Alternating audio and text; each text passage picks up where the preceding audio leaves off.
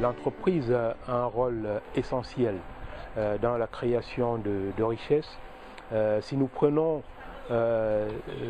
pour illustration la formation du produit intérieur brut, qui est l'indicateur permettant de mesurer la croissance dans un pays, et si nous considérons que le PIB c'est la somme des valeurs ajoutées, on se rendra compte très rapidement que c'est l'entreprise qui crée essentiellement de la valeur ajoutée dans un environnement comme celui de la Côte d'Ivoire.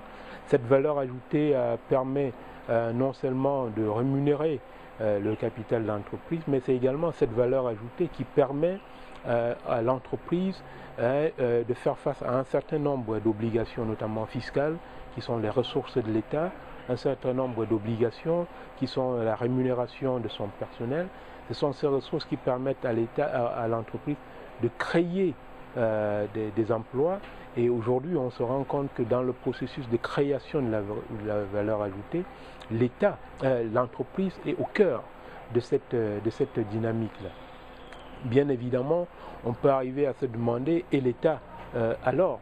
Mais dans ce contexte, l'État doit rester un facilitateur, l'État doit être un régulateur, et l'État doit créer les conditions permettant à l'entreprise de se déployer dans les meilleures des conditions possibles, notamment en ce qui concerne l'environnement des affaires. C'est l'État qui doit créer un environnement propice aux affaires, notamment en ce qui concerne l'environnement juridique et judiciaire des affaires. L'État doit créer des infrastructures permettant le développement du secteur privé. L'État doit créer les conditions, notamment en matière de gouvernance.